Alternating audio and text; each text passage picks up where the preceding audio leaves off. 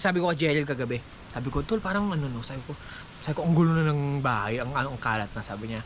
Pero pag natapos naman, mas maganda. Tama nga naman, ganun din siya sa atin mga tao. Kapag may magandang paparating, kadalasan sa gitna nun, merong konting problema, merong konting gulo. Alam mo yun, may mangyayaring hindi ganun ka naaayon sa inaakala mo. Tapos after nun, biglang may magandang darating pala. Kailangan lang din pala natin talagang i-embrace yung konting kalat na yun, yung konting problema na yun, yung konting struggle na yun, yung konting hassle na yun. Sa akin laging merong magandang nangyayari sa buhay ko pagkatapos ng mga struggles. Maliit man o malaki, palaging merong magandang regalo sa akin pagkatapos. Simula noon pa, pag may konting struggle, may konting pinagdadaanan, ini-embrace ko yun. Uy, ito na naman ng Diyos. Meron na naman tong bibibigay sa akin. Alam mo yun, so parang pag kami ganun, parang minsan mapapasmile ka pa na parang, oops, ito na naman kami. Kaya kung may pinagdadaanan ka man, embrace mo lang.